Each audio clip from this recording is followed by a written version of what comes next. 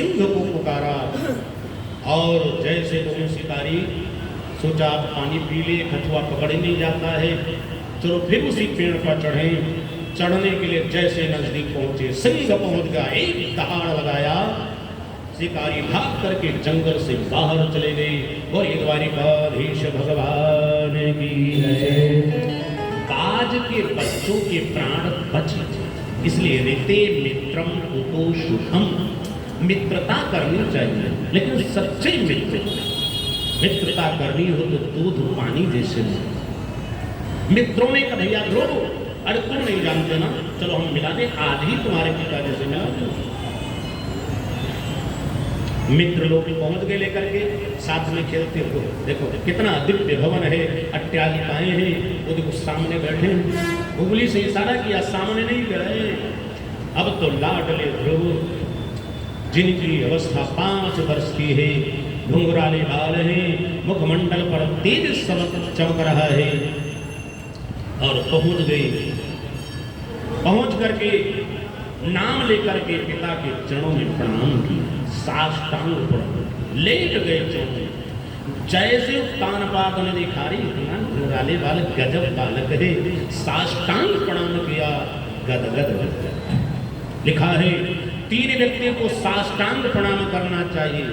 पहला नंबर कि मातरम पितरम चैव, अपने माता पिता। दूसरा नंबर गुरुदेव जी को, और तीसरा नंबर भगवान को मंदिर में साष्टांग करना। लेकिन देश काल परिस्थिति देख करके प्रणाम करना चाहिए। अभी नहीं गुरुदेव जी रोड में मिल जाए, लेट जाओ, रास्ता जाम हो जाए, इसलिए समय देख करके भी दंड प्रणाम करना। और लेट करके प्रणाम केवल पुरुषों के लिए नियम, माताओं बहनों को लेट कर नहीं प्रणाम, माताओं बहनों को बैठ कर प्रणाम करना। हमारे धर्म शास्त्र में लिखा है 3 काम नहीं करना। वो 3 काम क्या है कि ब्राह्मणस्य गुदाशंका, और शालग्रामशिलस्तथा, और सर्वसह न सहते स्त्रीणाम कुचमंडलम। ये 3 काम नहीं करना चाहिए। ब्राह्मणस्य गुदाशंका, ब्राह्मण बिना आसन के धरती पर नहीं बैठना चाहिए। उसका नितंब यदि धरती पर लग जाए तो धरती को भार हो, धरती श्राप देनी। कुछ ब्राह्मण लोग घर में मार्बल पत्थर टाइल्स लगा है, कुछ नहीं बिछाते, कहते ठंड लगता है, वही से बैठ जाते बिना आसन के। बिना आसन के ना ब्राह्मण को स्वयं बैठना चाहिए, ना किसी को बैठाना नहीं चाहिए। कुछ न मिले पेपर ही बिछा, गमछा।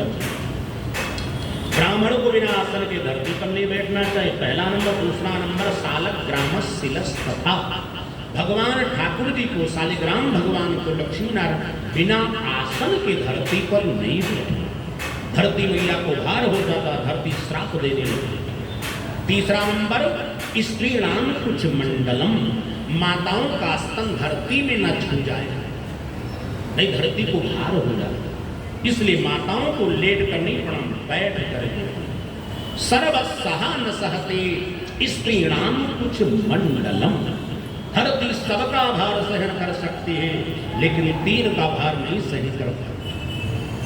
इसलिए ये 3 काम नहीं करने। इसलिए माताओं बहनों को बैठ के प्रणाम करना। पहला नंबर माता पिता को साष्टांग प्रणाम करना चाहिए।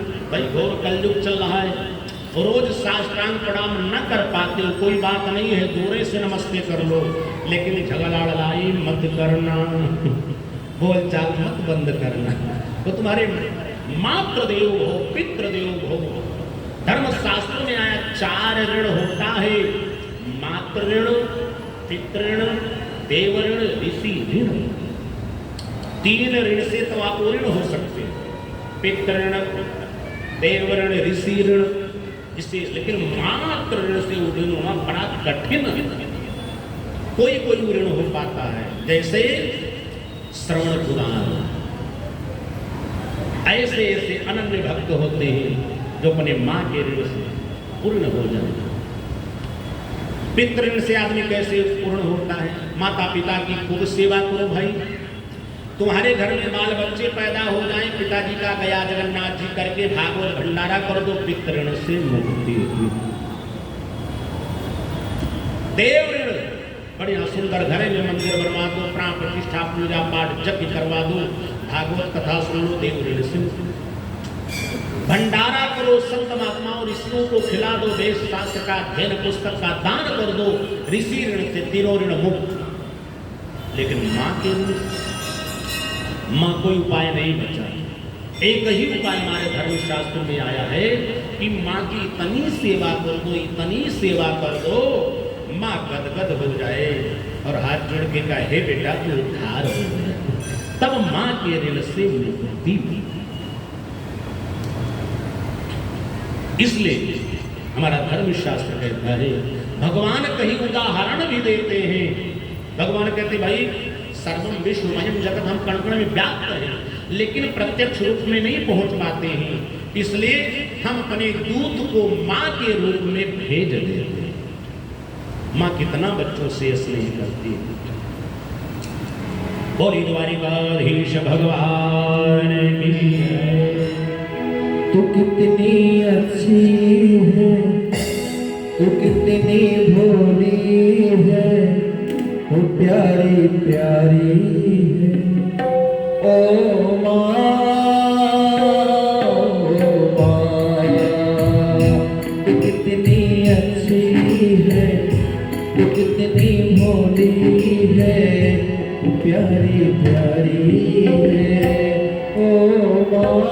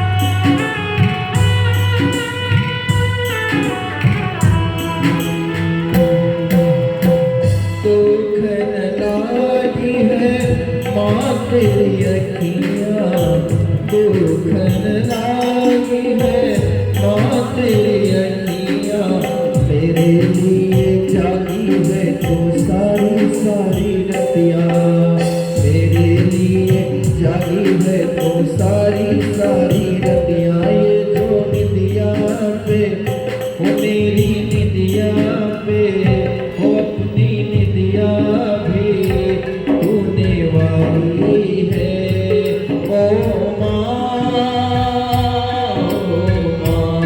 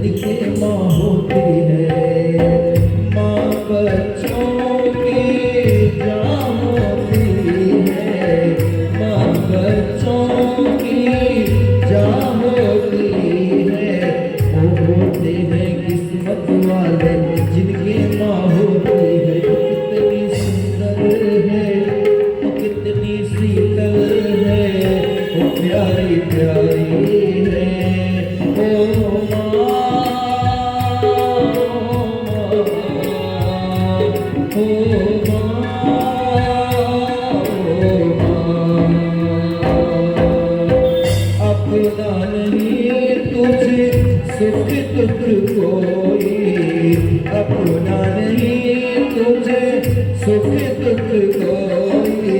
मैं मुस्काया तू मुस्काई, मैं रोया तू रोई। मैं मुस्काया तू मुस्काई, मैं रोया तू रोई। मेरी निदिया पे अपनी निदिया भी होने वाली है। ओ माँ,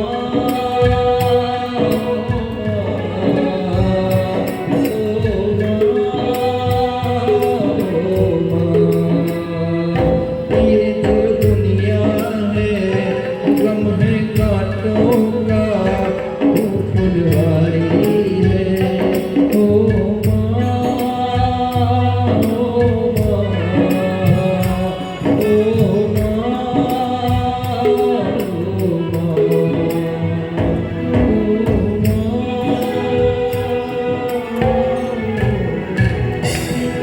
बोले द्वारिकाधीश भगवान की।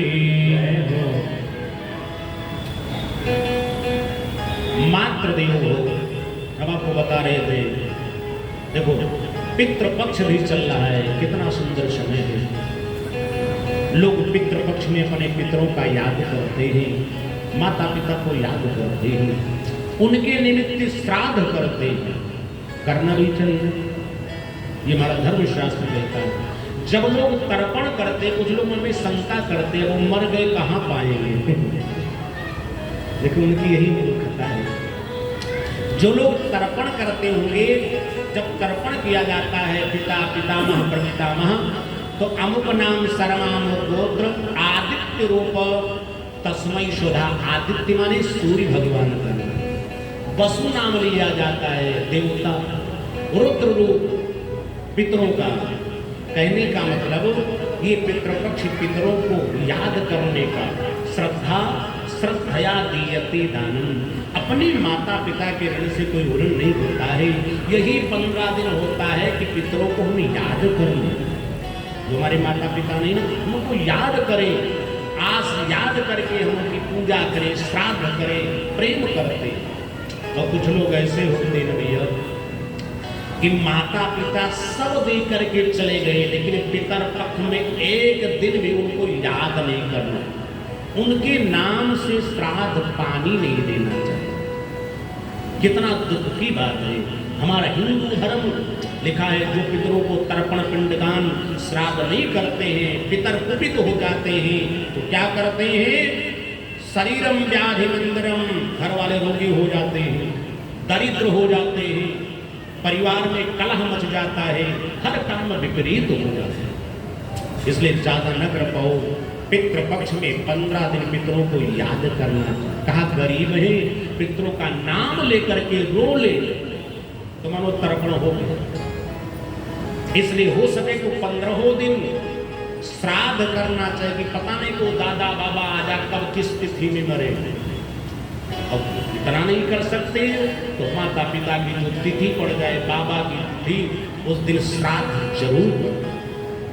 और यदि पितृ पक्ष में हमारे धर्म शास्त्रों में आए, यदि भागवत कर दिया जाए तो उसके जितने पितर रहते हैं, चाहे जिनकी अकाल मृत्यु हुई हो, कैसे भी उनकी मृत्यु हुई, सब वैकुंठ धाम को चले जाते हैं। और द्वारिकाधीश भगवान की जय। ये पितरों का विशेष दिन है, पितृरूपी जनार्दन, ये धर्म शास्त्र में आया है। इधर प्रियात्मा बंधुओं, बालकों ने बताया और ध्रुव जी पहुंच गए राजा के पास। नाम लेकर के साष्टांग प्रणाम किया। राजा गदगद माने प्रेम की गोदी में उठा लिया और जैसे गोदी में बैठाया है, बगल में उत्तम भी खेल रहे थे। उत्तम देखने लगे, किला हम भी बैठ जाएंगे। ये बात हो ही रही थी। उसी समय उनकी सौतेली मां सुरुचि पहुंच गई। अब ध्रुव जी आनंद पूर्वक पिता की गोदी में बैठे हैं कि गदा सुरचे पुत्रो मंकमारोप्य लालयन। जब राजा गोदी में पाए ना, तो याद रखना हृदय से चबकाए, मुख चुम्बन लिया, क्योंकि बच्चों की तोतली भाषा अरे इतना आनंद देती भैया। हमारे धर्म शास्त्रों में लिखा है, विष्णुर माया भगवती जदा सम्मोहितम जगत। यह संसार किससे मोहित है? भगवान विष्णु की माया से। और भगवान विष्णु की माया प्रत्यक्ष रूप में कहाँ दिखाई पड़ती है? 3 जगह माया दिखाई पड़ती है। पहला नंबर टका धर्मम टका कर्मम, रुपया पैसा। कोई भी अगर बगल गिर रहा हो ना, कोई मतलब नहीं, जानते नहीं तो भी निगाह पड़ जाती। दूसरी माया कि नारी पे बस नर सकल गोसाई। तीसरी माया बच्चों की तोतली भाषा। बच्चे जब तुतला करके बोलते हैं, तुम कहाँ रहे हो, टूटा मारा, बताओ, तुतला करके बोलते हैं, परिवार वाले हंसते हंसते थक जाते। ये 3 जगह बच्चों भगवान की प्रत्यक्ष माया दिखाई पड़ी। राजा ने गोदी में लिया, चुंबन लेने लगे, हंसने लगे, गदगद हो गए। उसी समय सुरुचि पहुंच गई। और जब सुरुचि पहुंचती है क्या करती है? बड़ी दुष्टा। सुरुचि पहुंच करके इतना हिम्मत की राजा की गोदी में बैठे ध्रुव और गोदी से हाथ पकड़ लिया। कन्ना गृहीतो मया वत्वम, और गोच्छा वत्पन्न पात न जा रहे। दुष्ट राजा की गोदी में नहीं बैठ सकता और नीचे ढकेल दिया। न गृहीतो मया कुक्षम, मेरे कोख से नहीं पैदा होता। यदि मेरे कोख से पैदा होता तब बैठ सकता था। ध्रुव ने हाथ जोड़ के, भैया अच्छा, सिंहासन पर बैठने के लिए, गोदी में बैठने मुझे क्या करना पड़ेगा? तब क्रोध में, अभिमान में सुरुचि ने कहना प्रारंभ किया, का तपसा राज्य पुरुषम, जाकर पड़े तपस्या कर। तपस्या करने पर भगवान खुश हो जाए तो वरदान मांग ले, मेरे कोख से पैदा होगा तब बैठने को। देखो सुरुचि को कितना अभिमान है। कहती पहले तपस्या करो भगवान मिल जाए। भगवान मिलना सरल है, और भगवान जब मिल जाए तो ये वरदान मांगो, हमारे पेट से जन्म हो, मानो इसके कोख वैकुंठ धाम है। इतना अभिमान। धन्य हो सुरुचि। आज सुरुचि ने भक्त भगवान दोनों का, और अब शब्द कह दिया। ध्रुव जी बहुत दुखी हो गए और रोती हुए चल दी। जब चल दी, इधर बच्चों का स्वभाव होता है, जितने इष्ट मित्र ले गए थे ना, बड़े हितैषी बन के, चलो तुम्हारे पिताजी से मिलवा दे। जब ये दृश्य देखा, वो भाग के पहले पहुंच गए। सुनी थी, अरे मैया मैया सुन, तेरा लाला रो रहा है, चल भी नहीं पा रहा, मां करके मैया पहुंच गई और लाला को गोदी में उठा लिया। बेटा चुप हो जाओ। का दीर्घम स्वसंति ब्रह्मस्य पार, कितना लंबी श्वास माख करके रोते हैं। और बच्चे जब माख करके रोते ना तो बड़ी देर में सांस लेते। मैया ने बहुत समझाना प्रारंभ कर दिया, बहुत बार समझाई, बट बेटा चुप हो जा, चुप हो जा। जब बार बार कहा ना, ध्रुव ने कहा सुनो मां, मैं कैसे चुप हो जाऊं? मेरी सौतेली मां ने मुझे मार देती तो न करता, न खलता। मेरी मां को गाली दिया, तुमको गाली दिया, इसलिए मैं बर्दाश्त नहीं कर सकता। बेटा मुझे गाली क्या दिया? भागिन के रोहे, तुमको भागनी कहा, पाप नहीं कहा। मैं क्षत्रिय कुमार हूं, कोई मेरे मां का अपमान कर दे मुझे बर्दाश्त नहीं। दुख है कलयुग में आज दूसरा नहीं कोई मां का अपमान करता है, अपने बच्चे अपमान करते हैं, बच्चे ही लोग लड़ जाते हैं। इसलिए भाई मां का अपमान नहीं करना चाहिए। जननी जन्म भूमि स्वर्गादपि गरीयसी, ये दोनों स्वर्ग से बढ़कर हैं। अपनी मां, कुछ भी हो तो मां तो मां है। इसलिए मां तुमको अब शब्द कह दिया है। तब सुनीति ने हाथ पकड़ा, गोदी में बैठाया, फिर मुख में चुम्बन लिया। बेटा कि आतिष्ठ तत्तातबिमस्सरत्, ऐ बेटा ये रोना धोना बंद कर दो, चुप हो जाओ, शांति हो जाओ, मेरी बात सुनो। तेरी माँ ने क्या कहा है? मेरी सौतेली माँ ने कहा है यदि राजा की गोदी में बैठना चाहता है तो जाके तपस्या कर। सुनीति ने कहा बेटा इसने गलत क्या कहा, जो बात मुझे कहना चाहिए तेरी सौतेली माँ ने कह दिया। देखो आजकल की माताएं होती ना तो पड़ोसी ने एक शब्द कह दिया या झापड़ मार दिया जूते सोसा उठा लेती, चलो बेटा तुम्हारे पापा बाद में आएंगे हमें भी पढ़ लेंगे, महाभारत कर लेते। लेकिन धन्य माँ हो तो सुनीति जैसी। बेटा क्या गलत है, जो मुझे बताना चाहिए ना तेरी माँ ने बता दिया। बेटा बिल्कुल ठीक है, बिल्कुल सत्य है बेटा कि आराधया घोक्षज पाद पद्मं अयदीक्षसे ध्यासन उत्तमो यत। है बेटा ये सिंहासन चाहते हो, पिता की गोदी चाहते हो, इतना ही नहीं अरे जगत पिता की गोदी चाहते हो तो तपस्या करो। तपसाराध्य पुरुषम।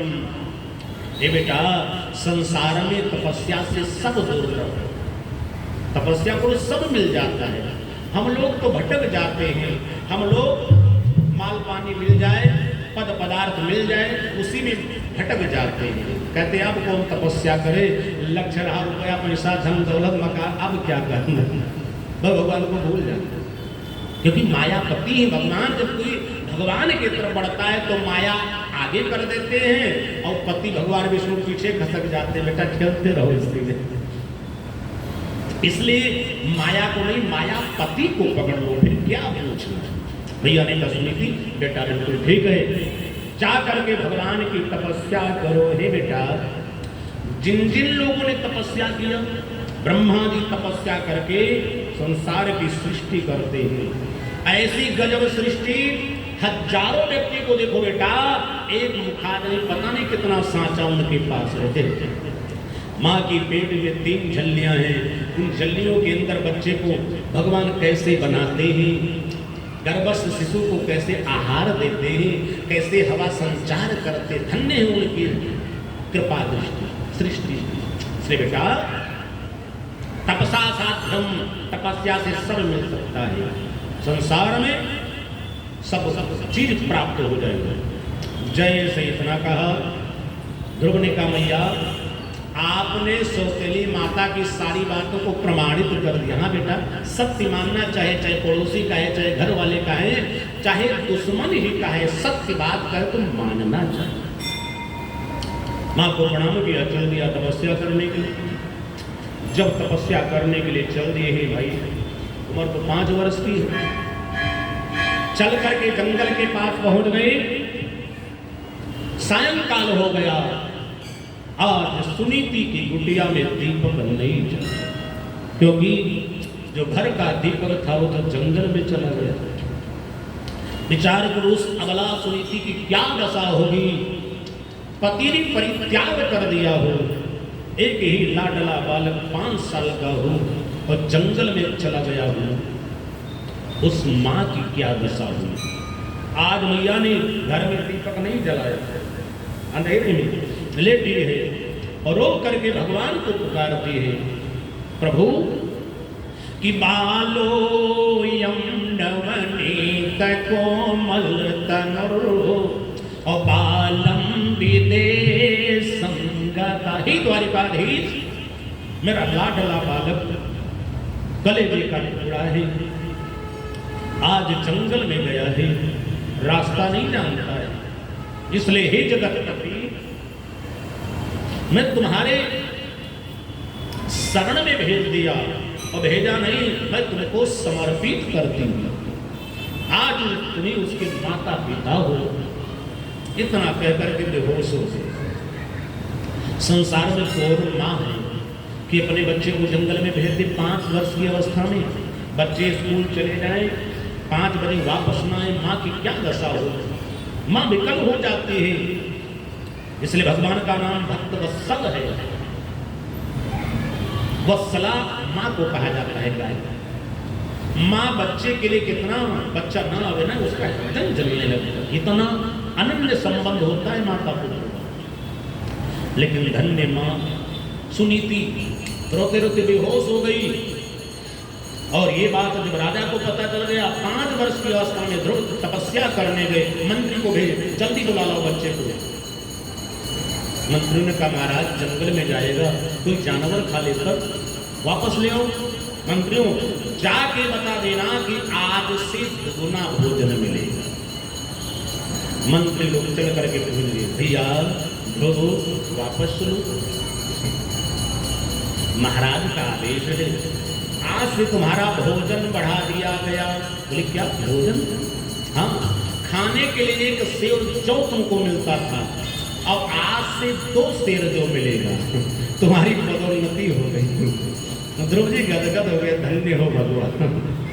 अभी मैंने तपस्या नहीं किया है, केवल तपस्या के नाम पर 4 कदम चले तो भगवान ने दुगना दे दिया।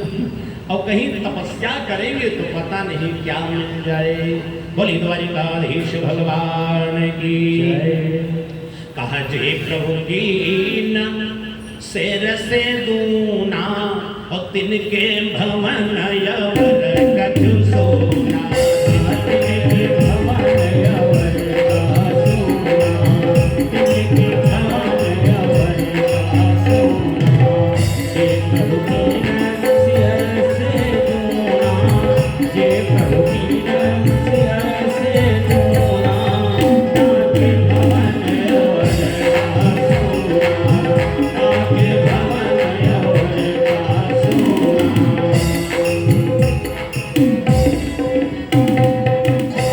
ध्रुव जी ने कहा, मंत्रियों हम वापस नहीं जाएंगे, हम अवश्य तपस्या करेंगे। चल करके पहुंच गए जंगल के पास। भगवान सूर्य अस्ताचल चले गए, अंधेरा होने वाला है। जंगल में हाथी चिघाड़ रहा है, सिंह दहाड़ रहा है, सियार बोल रहा है। 5 वर्ष की अवस्था है, कोमल शरीर है, भूख प्यास से व्याकुल, रास्ता पता नहीं। एक छोटे पेड़ को पकड़ के लिपट गए, रोना प्रारंभ हो गया। हे भगवान, मेरी मैया ने कहा था कि जंगल में तुम्हारी जगत पिता मिल जाएंगे, अब कहाँ हो, मेरी रक्षा करो। जब ध्रुव जी पेड़ को पकड़ के रोना प्रारंभ किया और भगवान को पुकारना प्रारंभ कर दिया कि मेरे भगवान, अरे मेरे भगवान मैं तेरे सहारे से, मेरे भगवान मैं तेरे सहारे से, मेरे भगवान मैं तेरे सहारे से, मेरे भगवान मैं तेरे सहारे से। पार नैया लगा दो किनारे से, पार नैया लगा दो किनारे से, मेरे भगवान मैं तेरे सहारे से, मेरे भगवान मैं तेरे सहारे से।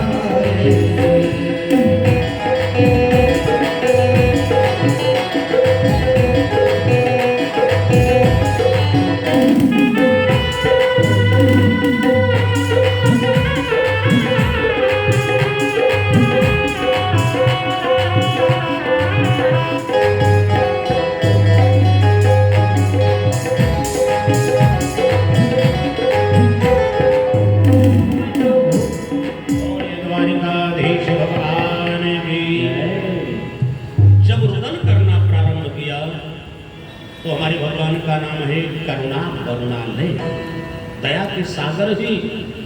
इधर 4 बूंद आंस ध्रुव के गिरी होगी कि भगवान के हृदय में करुणा की धारा बहने लगी। भगवान ने नारद को बोला, भैया नारद, मेरा लाडला भगत जंगल में भटक रहा है, वो रो रहा है, मुझे बर्दाश्त नहीं, इसी समय चले जाओ।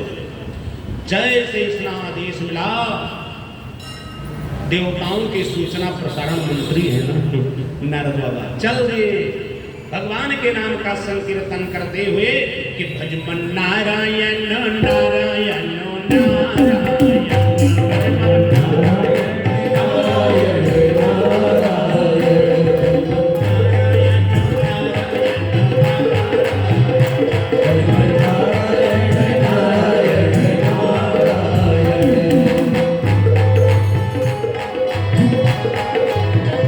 श्रीमन नारायण नारायण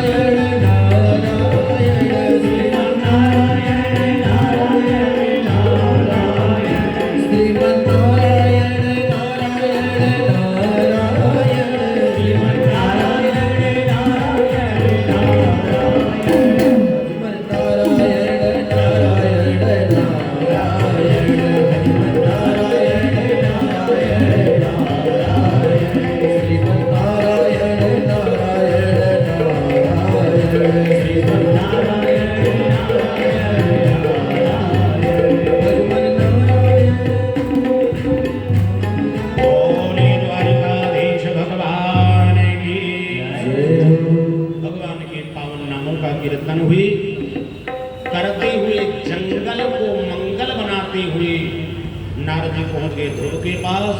ध्रुव ने घूम करके दिखाई, ये भगवत नाम जपने वाला को अभी तक तो बाघ भालू चिल्ला रहे थे, ये भगवत नाम संकीर्तन मंगलाय तनो हरि। जब घूम करके देखा, दिव्य वेश में जटाधारी भगवत नाम संकीर्तन करते नारद जी को, जैसे नारद बाबा को देखा, ध्रुव जी ने साष्टांग प्रणाम किया, चरणों में लेट गए।